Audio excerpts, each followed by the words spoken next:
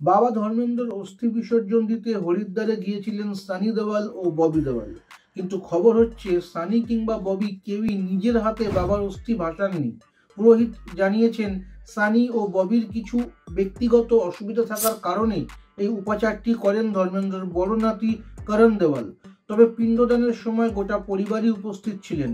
ফেরার পথে আবেগতাড়িত হয়ে পড়েন ববি, আর সানি পরিবারের গোপনীয়তা বজায় রাখতে ছবি শিকারীদের সঙ্গে বচসায় জড়িয়ে পড়েন। আগামী 8ই ডিসেম্বর ধর্মেন্দ্রর 90তম জন্মদিন, সেই অনুষ্ঠানের জন্য অপেক্ষা করছেন তার অনুরাগীরা। সানি দেওয়ালের এই পদক্ষেপ কি সঠিক? কমেন্ট করে জানান এবং বলিউডের আরও খবর পেতে চ্যানেলটিকে সাবস্ক্রাইব করুন। আপনার নিজের জন্য বা নিজের ব্যবসার জন্য পার্সোনাল বা বিজনেস ওয়েবসাইট তৈরি করতে চান, অথবা তৈরি করতে চান আধুনিক মোবাইল অ্যাপ, কোথায় যোগাযোগ করবেন, কিভাবে শুরু করবেন বুঝতে পারছেন না? যোগাযোগ করুন নিচে দেওয়া ফোন নাম্বারে। আপনার সমস্ত প্রশ্নের উত্তর পাবেন এখানেই।